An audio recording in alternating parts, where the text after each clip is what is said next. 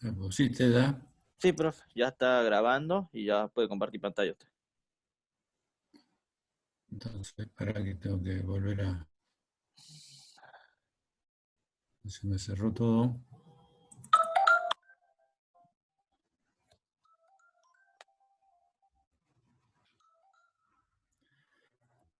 Este,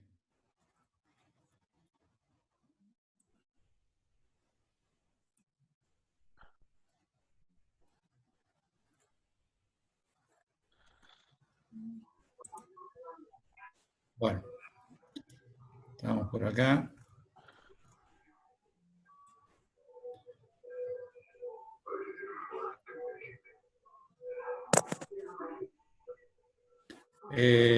Bueno, entonces, cuando el eje es doblemente usante, hablamos de braquianticlinal o braquisinclinal, ¿no? Sí, cuando hasta ahora estábamos siempre viendo ejes o que usaba en una sola dirección, que sería un pliegue como este, un pliegue cónico, eh, un- un o un pliegue cilíndrico. Pero podemos tener un, una, un anticlinal o un antiforme que tenga también cierres en lo que llamamos la nariz del pliegue, en dos direcciones. Y a eso le llamamos braquianticlinal. En este caso, si es un sinclinal de muchos kilómetros, que también tiene cierre en los dos lados, inclinación hacia el centro, entonces llamamos braquisinclinal. Según la simetría, entonces ya vimos, simétricos o asimétricos, los simétricos tienen el plano axial vertical, los asimétricos tienen el plano axial inclinado y siempre un flanco es distinto al otro, digamos, tiene mayor longitud que otro. Y aparte tienen ángulos muy diferentes. En cambio en este tenemos, si bien inclinaciones en sentido contrario, pero con ángulos similares. Según el ángulo entre flancos, podemos tener un pliegue isoclinal que prácticamente los dos, este, los dos flancos están casi, inclinan iguales, ¿no? A eso le llamamos un isoclinal. Un pliegue apretado, cuando tiene menos de 30 grados digamos, el ángulo interlimbo que vimos al principio es de menos de 30 grados, está entre 2, 3 grados hasta 30. Cuando el ángulo es un poco más abierto, entre el 30 y 70 grados, hablamos de un pliegue cerrado, y por encima de eso ya tenemos un pliegue abierto o muy abierto, ¿no? Podemos tener, entonces eso va a depender de cómo sea el ángulo entre los flancos, o ángulo interlíneo.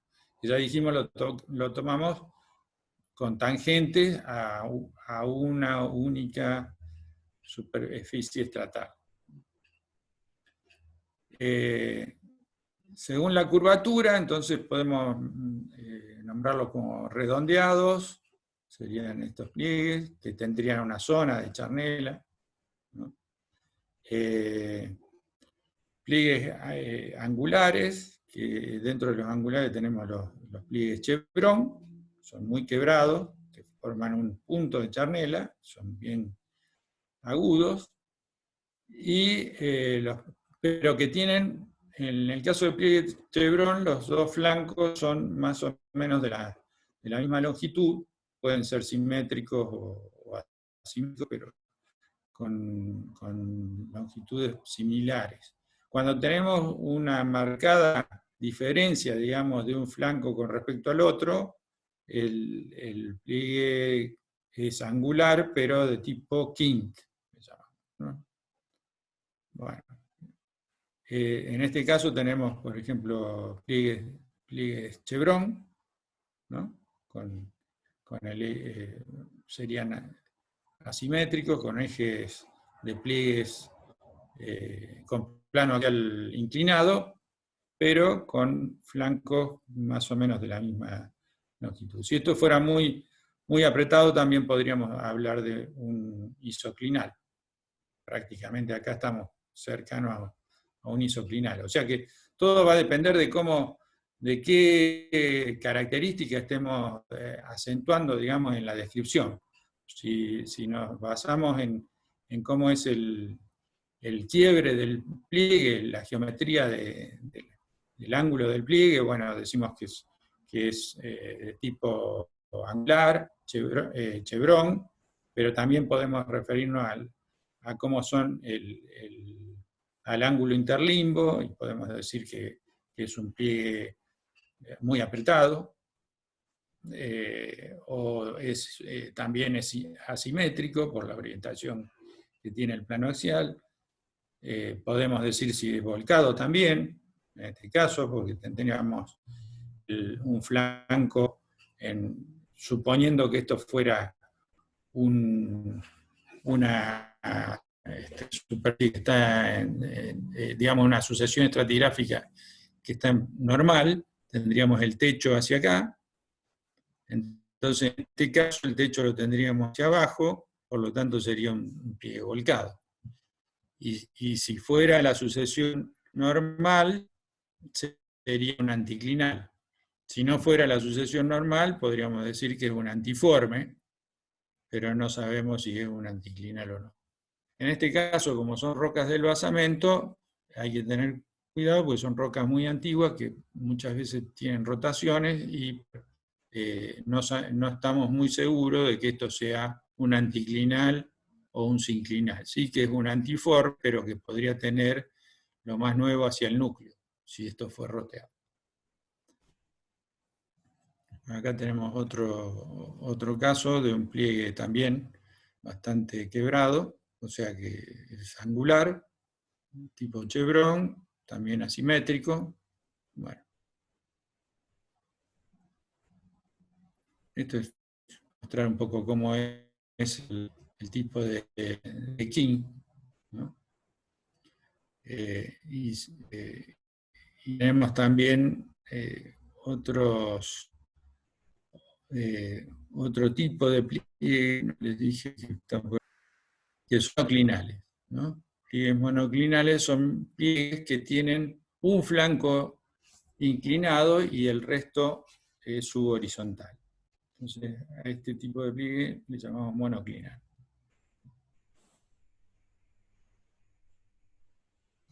Bueno, acá tenemos, podemos tener dentro de un mismo pliegue distintos órdenes de pliegue. Por ejemplo, acá tenemos, si tomamos la superficie media de todo este plegamiento, tendríamos bueno, si consideramos un antiforme, ¿no?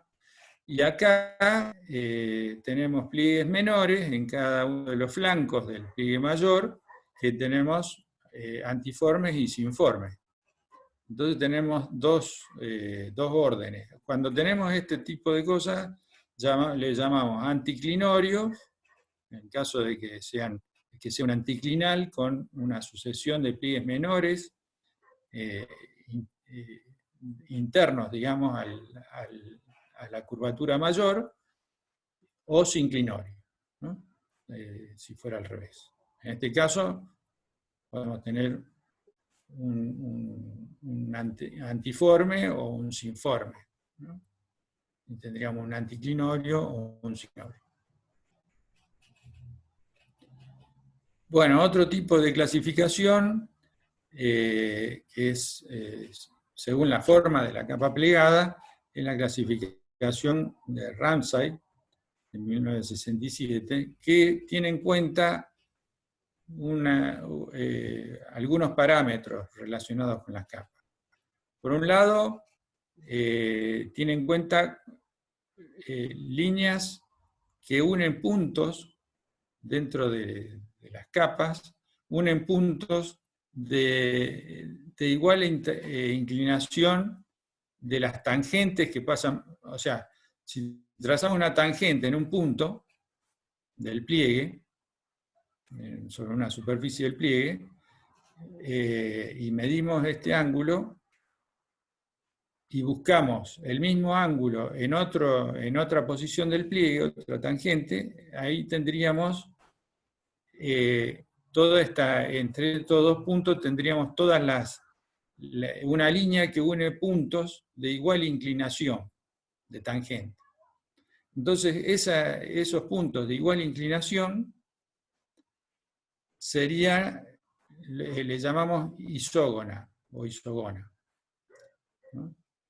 Entonces, de acuerdo a cómo estén dispuestas estas isógonas en los pliegues, tenemos una forma de clasificarlo. Y otro parámetro que se tiene en cuenta es la relación del espesor que tiene el pliegue paralelo al plano axial, un espesor, acá tendríamos el plano axial, el espesor que tiene esta capa paralelo al plano axial, y el espesor que tiene la capa en la paralela a la tangente, perpendicular a la tangente, es decir, el espesor ortogonal perpendicular a las líneas tangentes. Entonces, en estas tres relaciones entre el espesor paralelo al plano axial y el espesor ortogonal y las isógonas permiten, de acuerdo a cómo sean esas relaciones, establecer una clasificación de pliegues. Entonces, por un lado, teniendo en cuenta las isógonas, se clasifican en clase 1 las que tienen isógonas convergentes. Dentro de la clase 1 tenemos 3 subtipos, que sería 1A, 1B y 1C, donde tenemos las isógonas con diferentes tipos de convergencia, ¿no? Y donde las charnelas, digamos, la amplitud perdón, los espesores del pliegue también varían según cada uno de estos tipos. Es decir, en todos los casos tenemos la isógona convergente hacia el núcleo, pero en este caso, por ejemplo, en el caso 1A, tenemos que el espesor paralelo al plano axial es mayor en la charnela que en el flanco, ¿no? En este caso, los espesores se conservan iguales tanto en la charnela como en el flanco. Y, digamos, los espesores, en este caso serían, acá tendríamos el espesor paralelo al plano axial, o lo que tendríamos acá serían espesores ortogonales también, ¿no? Si tomáramos espesores en esta dirección. Y en este caso, bueno, las charnelas se ensanchan con respecto al flanco, ¿no? O sea, los espesores cambian. En el caso del tipo 2, las isógonas son todas paralelas al plano axial, y la superficie se ensancha, digamos, la charnela y se angostan los flancos, y las superficies estratales son idénticas, es decir, conservan la misma geometría. O sea que si yo trazara con un papel transparente esta línea y la voy tirando hacia abajo, siguiendo en distintos puntos, siguiendo la traza del plano axial, voy a poder dibujar la misma curvatura en todos los casos. Por eso se llaman también tipos similares. En este caso se llaman pliegues paralelos por el hecho de que mantienen siempre el mismo espesor los estratos. Y el tercer tipo es con las charnelas las isógonas divergentes, y donde las charnelas son mucho más que los espesos, que los flancos. Entonces, un poco definido cuáles son cada una de las. Entonces,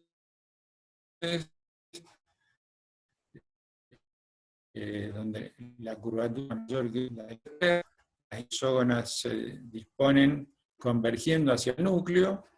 Depende de cómo sea en los espesores, tenemos la subclase 1A, la 1B y la 1C.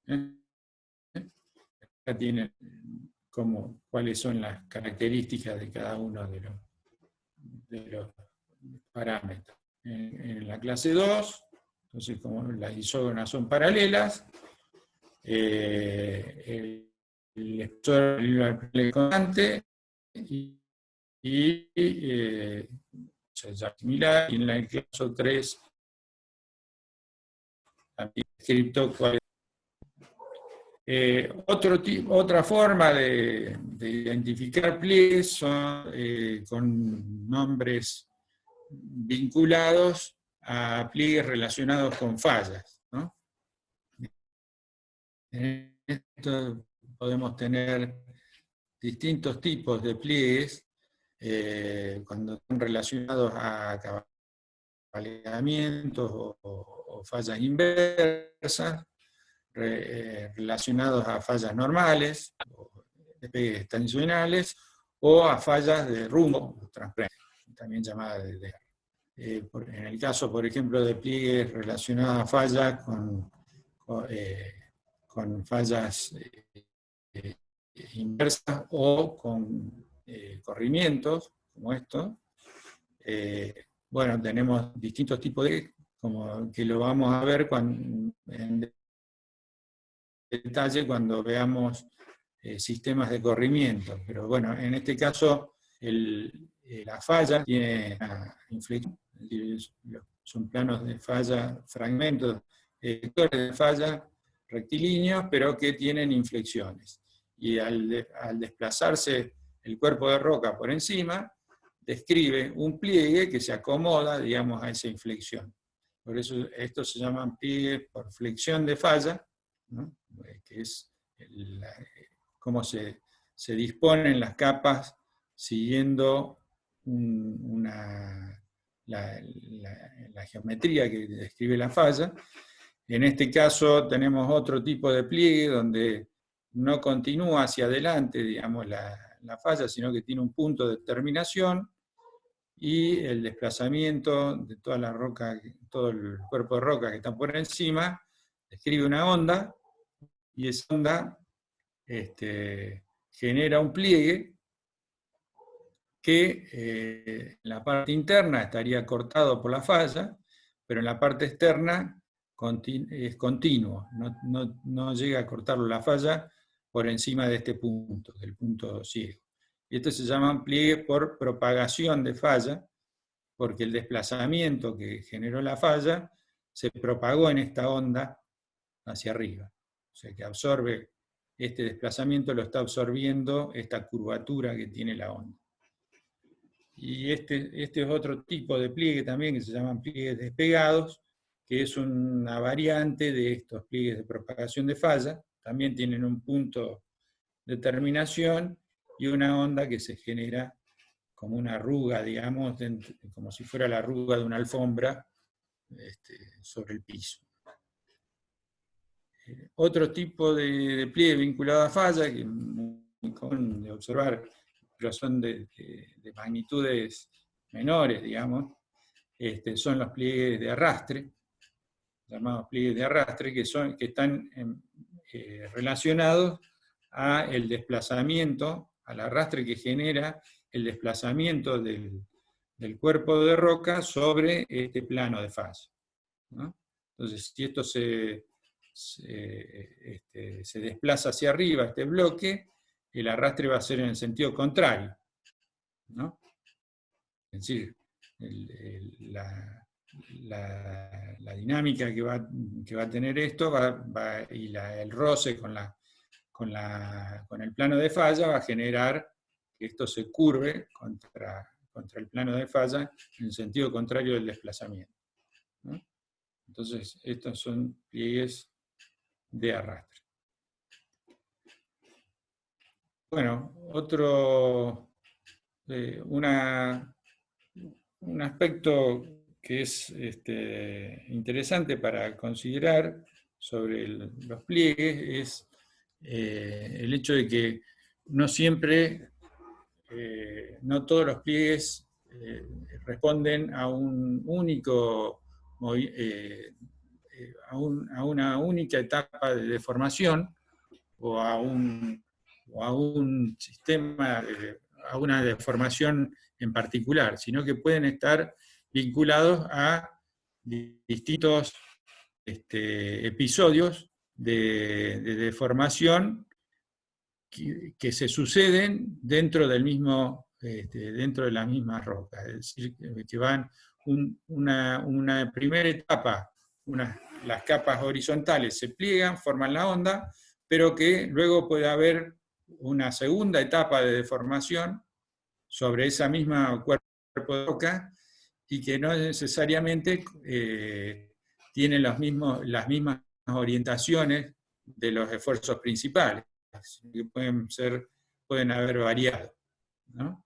Entonces, eso genera un repliegue, un pliegue que luego es nuevamente plegado y depende de la orientación con la que se volvió a plegar, va a generar figuras diferentes y esas figuras pueden ser,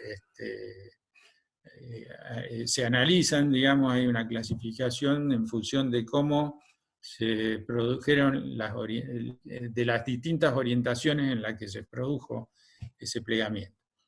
Las causas de estos repliegues pueden ser por etapas orogénicas distintas, es decir, en distintos tiempos. Yo puedo tener un pliegue generado en el Ordovícico, que tenía una historia deformacional total distinta a la actual, del ciclo andino, desde el terciario. Entonces, si la deformación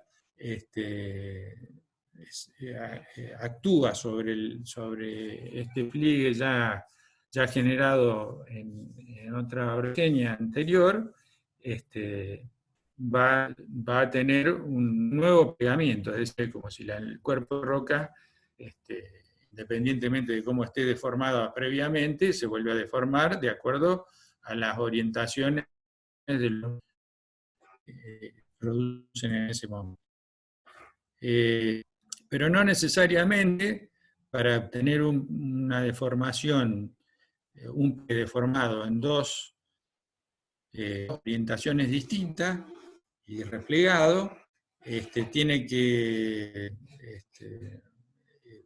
significar orogenias distintas, sino que dentro de un mismo proceso orogénico, como los procesos orogénicos son largos, imagínense desde el Jurásico, que los Andes están generando, y continúan deformándose, entonces se pasa, distintos sectores pasan por distintos momentos dentro de un mismo ciclo orogénico, de distintas deformaciones generadas durante el mismo ciclo. Entonces también podemos tener un pliegue generado en un canal que después, durante el mismo ciclo orogénico, es rotado y ligado en otra posición. Y bueno, y también esto está ligado a procesos de deformación progresiva, es decir, que todas las estructuras tienen un proceso de deformación y no se generan instantáneamente, sino que van pasando por distintas etapas. Bueno, dice acá que va a terminar en 10 minutos, ¿no? bueno, los resultados de esos repliegues, según Ramsay hizo una clasificación y determina 3 tipos de pliegues. Y esa clasificación está basada en la posición que tiene el pliegue en su estado inicial y la posición que tiene el pliegue en su estado, la posición que tiene el nuevo plegamiento, digamos, sobre el pliegue anterior. Entonces, toma dos parámetros, un ángulo alfa, que es el ángulo van los pliegues de los dos tipos de pliegue generados, como acá. Por ejemplo, acá tenemos el eje de este pliegue, estaría acá, y este es el eje del pliegue nuevo, o viceversa. No sé. Bueno, en este caso, este es el ángulo alfa. Y otro ángulo es el ángulo beta, que es la perpendicular al plano, formado entre una línea perpendicular al plano axial y contenida en el otro plano, ¿no? Es decir, tendríamos esta línea, ¿no? La perpendicular a este plano axial y contenida en este plano, y la otra está contenida en el plano original. Entonces, esos dos tipos de pliegue, de acuerdo a cómo sean las relaciones de esos dos tipos de ángulos, nos da tipos de pliegues distintos, y de acuerdo a la forma que obtienen.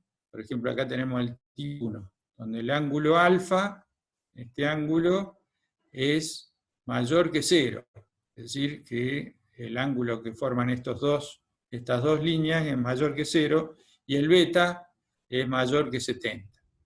Bueno, esa interferencia de pliegue, que se llama, va a generar un formato, una geometría, que se llaman, le ponen el término como domos y cuencas, por la forma que adquiere.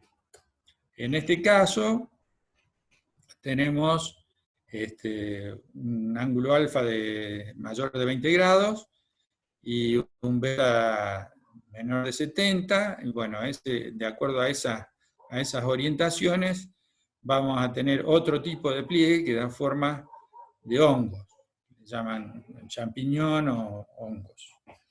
Y el tipo 3 es una forma de gancho donde el ángulo alfa es más o menos igual a 0, o sea que tendríamos este ángulo y esta línea, el ángulo que forma esta con esta sería más o menos igual a 0, y el beta de 70, y da una forma de gancho.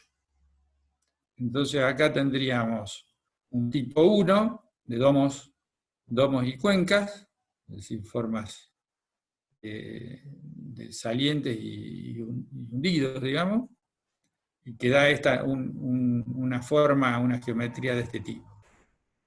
En mayor escala tendríamos este tipo de pliegue, ¿no?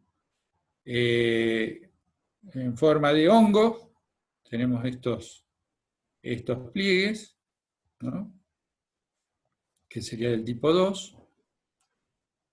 Por ejemplo, acá tenemos a una escala de corte delgado, también tenemos la forma de hongos, ¿no?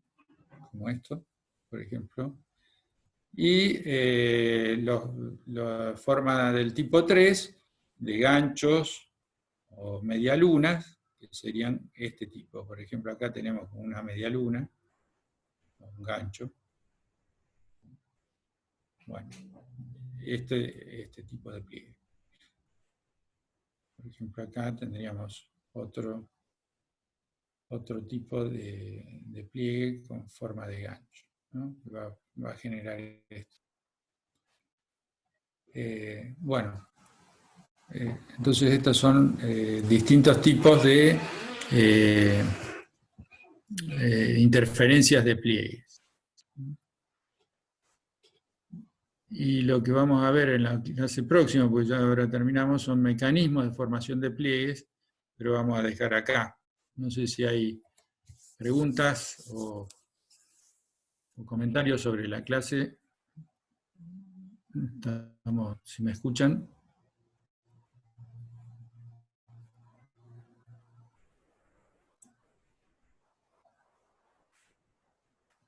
Sí, ¿me escuchan?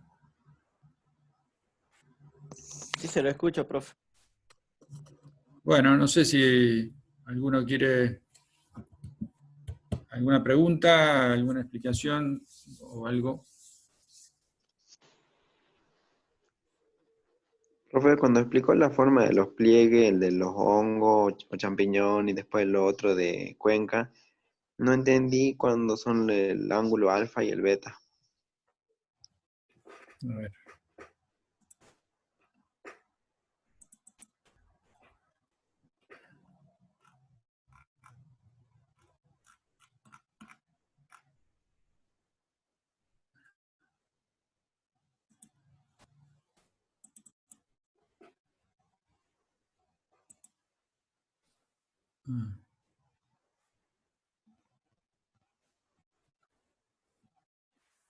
El ángulo alfa es el ángulo formado entre el eje del pliegue, entre el eje que formarían los dos pliegues, ¿no? Es decir, acá tenemos un pliegue que se superpone a este otro pliegue. Entonces, este pliegue tiene un eje en esta posición y este pliegue tiene un eje en esta posición. Entonces, el ángulo que forma este eje con respecto a este eje sería el alfa. Y el beta está es el ángulo que forma el, la perpendicular, es decir, que estaría en el polo de este plano, la línea perpendicular a este plano que está incorporada en el plano, en el otro pliegue, es decir, acá tenemos este plano axial y este plano axial, ¿no? La perpendicular a este plano, que incluida en este pliegue, y la línea vertical del plano axial. Entonces, este ángulo, digamos, estaría formado por estas dos líneas, como serían las dos contenidas en el plano axial, en uno de los pliegues, en uno de los pliegues y en el otro. No sé si se entiende. Entonces, en base a esos dos parámetros, se ve qué tipo, da distintos tipos de interferencia, digamos.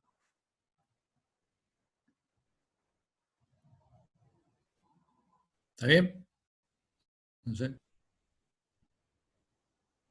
Sí, profe, sí se entendió. Sí, ¿alguna otra?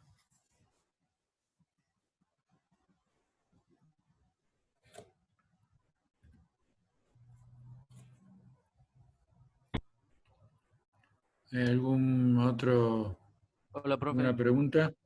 Yo Sí. tengo una duda. ¿Cómo? Yo tengo una duda. ¿Perdón? Sí. Un par de diapositivas más atrás, donde explicó lo de los pliegues antiforme, simpliforme y el otro era el neutro. Sí. Eh, bueno, no me quedó bien en claro lo del neutro, cómo se formaban.